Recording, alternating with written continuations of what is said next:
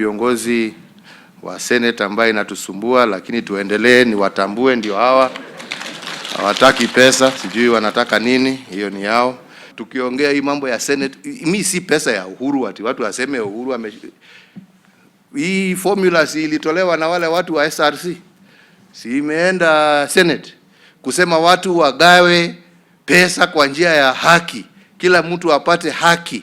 Kwa nini mwananchi wa Nairobi ati kwa sababu inasemekana ati Nairobi ni mji tajiri, wewe ambao unaishi Embakasi na Korogosho bado unafunga choo kwa karatasi, lakini unaambiwa wewe ni tajiri, huna haki ya kupata pesa? Ukweli na haki utajitokeza, na mimi sitapigana, na mimi sina na mabishano na mtu yeyote. Kwerago uma no koimira.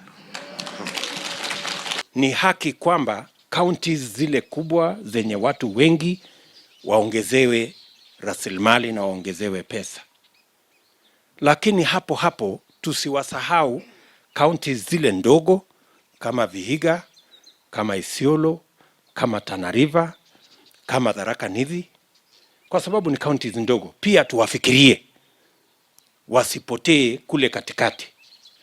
Pia na tufikirie zile counties ambazo zimekuwa marginalized siku nyingi kama Turkana, Mandera, Wajir, Garissa, kule Kilifi, Kwale, Taita Taveta. Hizo counties pia tutafute namna ili hata kama pesa zao zitapungua, zipungue kwa kiasi ambayo haitawadhulumu ama haitadhulumu utenda